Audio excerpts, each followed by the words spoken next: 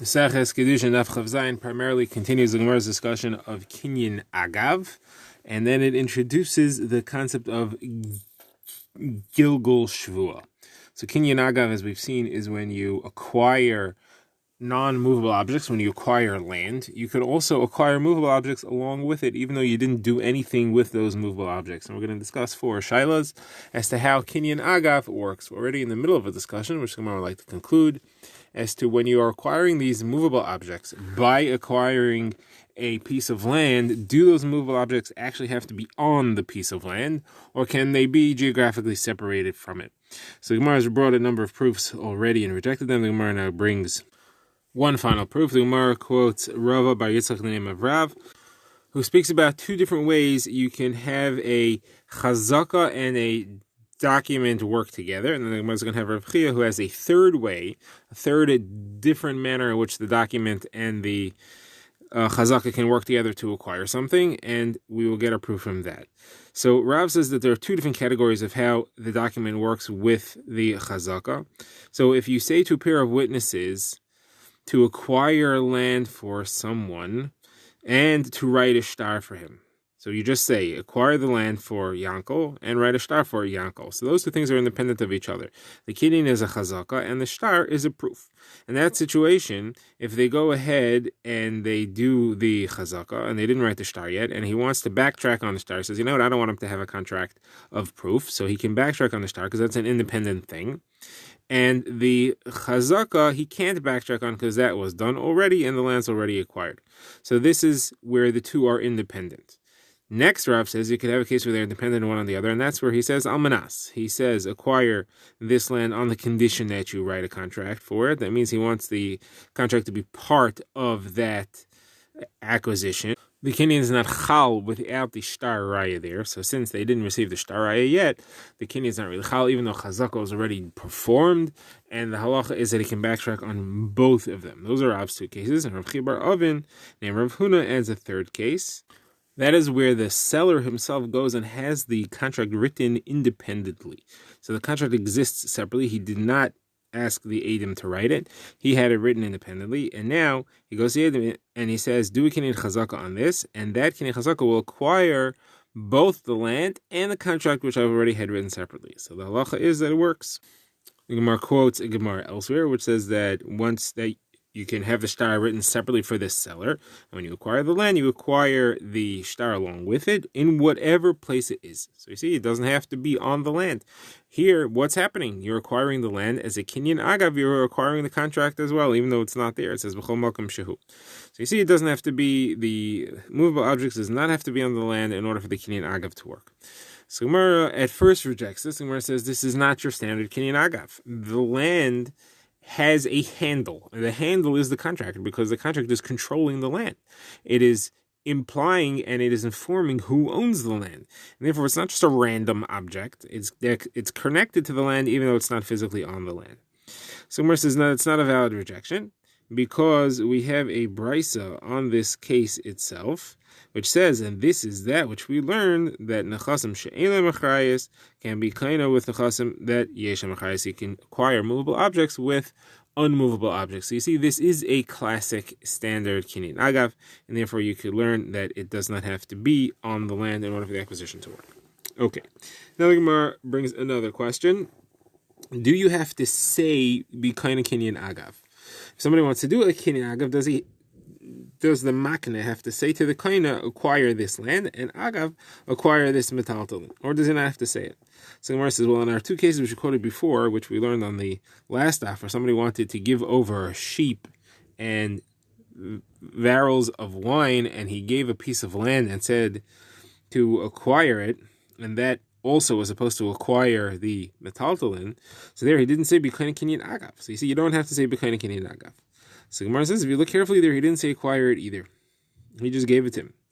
And we know that you have to say kini. You can't give something to someone without saying a kini. Therefore, the word kini must be implied even though it's not quoted. So also, I could say that the word agav is implied even though it's not quoted. So Gemara paskins alach l'maisa, you don't have to have the metaltalin present on the land, but you do have to say agav and you do have to say kini.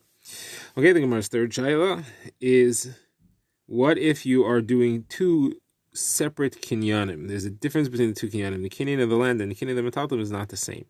So if he's selling the land to someone and he's giving him metalton as a gift, can he acquire the gift along with an acquisition of sale, or does it have to be the exact same type of kinyan? So the Gemara says, we had a case earlier where Rabban Gamliel and the Sakanim were traveling on a ship, and Rabban Gamliel gave meiser to some people there, and he said that the property that the meiser is on is rented to them as well. Now, he gave them both to a person, and he did a kinyan agav. He said that the rented property goes to you, and he did a kinyan chalipin on that. And you also acquire the gift of the metaltalin at the same time. Now, those are two different things. The metaltalin is a gift, but a rental is a type of purchase. It's like you're buying it for a short time. And yet you still see that the kinyan of the land in its rental or purchase form was enough to do an acquisition on the metaltalin, even though that was a gift and it's different. Therefore, the Gemara clearly proves that they don't have to be the same type of kinyan. So this brings us to for the shaila, which is, what if it's two different people? What if you want someone to acquire a field, and at the same time you should acquire metaltalin for someone else with that kinyan? You should acquire metaltalin, but not for him, for someone else. So it goes back to the same case where amongst the meiser that Rabban Gamliel had given out, he gave property to Akiva ben Yosef and the meiser ani that was on it.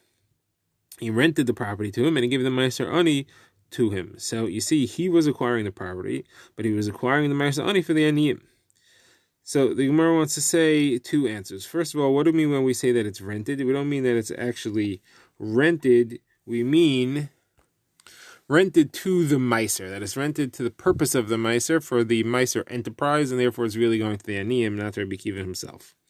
The other answer is that no, Rabbi Akiva himself was a shliach of the aniyim. He was the gabbai for the poor people, and therefore he acquired property for them. Therefore he has a special power to acquire for them, even though a normal person wouldn't be able to acquire one thing for himself and one thing for someone else with the same maisa kinyan. Okay, now the Gemara brings a halacha said by Rava. Rava says you have to have given the money already for both the land and the metaltalin. If you only gave the money for one, then the acquisition only works for one. You got to have given the money for all of it in order for kinyan agav to work. So the Gemara is a brisa that supports Rava. The brisa compares a kinyan kesef, kinyan shtar, and kinyan chazaka, and it says that each one has a strength. So what's the strength of a kinyan kesef? Because kesef you can use money to redeem hektish and meiser sheni. But you can't use shtar to redeem hektish and meiser sheni. The Mishnah here, the Bryce here that's being quoted doesn't mention chazaka yet, but you can't use it for that either. Now shtar has a quality that you can't use for, that money cannot do, is that shtar can be used for divorce. You cannot divorce a woman with a kesef, but you can divorce her with shtar. Now, these two things have a quality that chazaka does not have, because they both work to acquire an Eved Ivri. Well, you cannot acquire an Eved Ivri with chazaka. Chazaka has a strength that they don't have, as that so you can do a chazaka on one field and acquire 10 fields all at once. Chazaka on one works for others, and that's a similar concept to kinyan agav. The Bryce ends off, though, and it says that's only as if he's paid for all 10 fields. If he's only paid for one of the fields, then the kinyan agav does not work, and this supports Rava's halacha that you have to have paid for all of them. Now, the Gemara points out that this Bryce also supports a different halacha, which is said by Shmuel, which is pretty much explicit what the Bryce says. Shmuel said that if you sold the 10 fields in 10 different countries, when you do a chazaka on one of them, you are kaina all of them. It says Rav Acha Breder of Ika. The proof to this is because if you think about it as 10 animals, if you hand over the reins of 10 animals, or that is one rein, one rope, which is connected to all 10 animals, you're kind of them all. So certainly you should be able to be kind of all the lands and once. So the Gemara says, no, that's very different, and that's really not a proof. As a matter of fact, it's potentially a proof to the opposite, because there you're holding the reins of all 10 animals. You're only holding one rope, but it is the control of all 10 animals. Here, you're only holding on to one land. Now, there's another version of that last conversation, where he had said the opposite. Rav Ika said you have a proof that you're not koine, because if you give over the ropes of all 10 animals and you say be koine only one, even though there are 10 animals tied to this rope, if you're only telling him to be koine one, he's only koine one. So here, where you're only being told to acquire this land, it should only work on that land, shouldn't work for anything else. And my answer to that is different, because each animal is a different entity, but land is all connected. Under the ground they all meet, and therefore it's all considered to be one entity. Okay, this concludes the Gemara's discussion of Kinyan Agav. Now the Gemara goes to the next line in the Mishnah, which discusses Gilgul Shvua. Gilgul Shvua is where you have to swear about one thing. You also have a dispute about something else which you cannot legally be obligated to swear independently. But the halacha of Gilgul Shvua says once you have to swear on one thing, we can throw in swear on other things as well. So Gemara says, where is the source of this halacha midarai? So where do you see Gilgul Shvua in the Torah? So Gemara says we see it from Saita. This is a sugya which we've learned in Saita and in Yivamis. You see by Saita that the Kayin says to the woman that you have to swear that you are innocent, and also swear your agreement about the curse that will happen. And it says, V'amar ha'isha amen amen. She says amen amen twice, and the Mishnah there says it's on multiple things. She's saying amen on the shvua, that I'm swearing that I'm innocent, amen on the curse that I'm accepting that this is going to happen to me, amen that I'm not tummy from this man, amen I'm not tummy from anybody else, which we didn't mention, amen that I'm not tummy as a nesua, that I'm not tummy as an arusa, that is before nesuin when she just had kiddushin, and I'm not tummy as a shemeres yavam, that is while she's waiting for yibum after the death of her husband before the brother marries her, and that I'm not married and I'm not Tameya as a knusa, that is after Yibum has happened either. So she's answering to all these things. Let's focus on Arusa. She's saying that she's not a Tameya as an Arusa. Is it possible to make a woman swear independently that she's not a Tameya as an Arusa? So what would be the case of an Arusa? Now, we know that in order for swearing to happen, you have to have kinui, stira, and then shasiya. The husband has to warn her not to be misyachid with someone. She has to go then and be misyachid with him. We have to establish the truth of that. And then we have to bring her to the Beis HaMikdash to do the drinking of the sota water procedure. What was she in Arusa? At which stage of this was she in Arusa? If you say that he did kinui, that is, he warned her while she was in Arusa, and she was misyachid as an Arusa, and now he's bringing her to the Beis HaMikdash as an Arusa. It's all Arusa. There, it is impossible to make her swear, because of a mission that says an Arusa and a Shemeres Yavam don't drink the water, and they don't collect their ksubak. The halacha of Saita only works on a nesua; it does not work on an Arusa. And the reason is because we have a drasha that says Tachas Isheich, it has to be in place of your husband. She has to have a full-fledged husband. So that can't, in a situation like that, there would never be any swearing. So what could you say? That he warned her while she was in Arusa.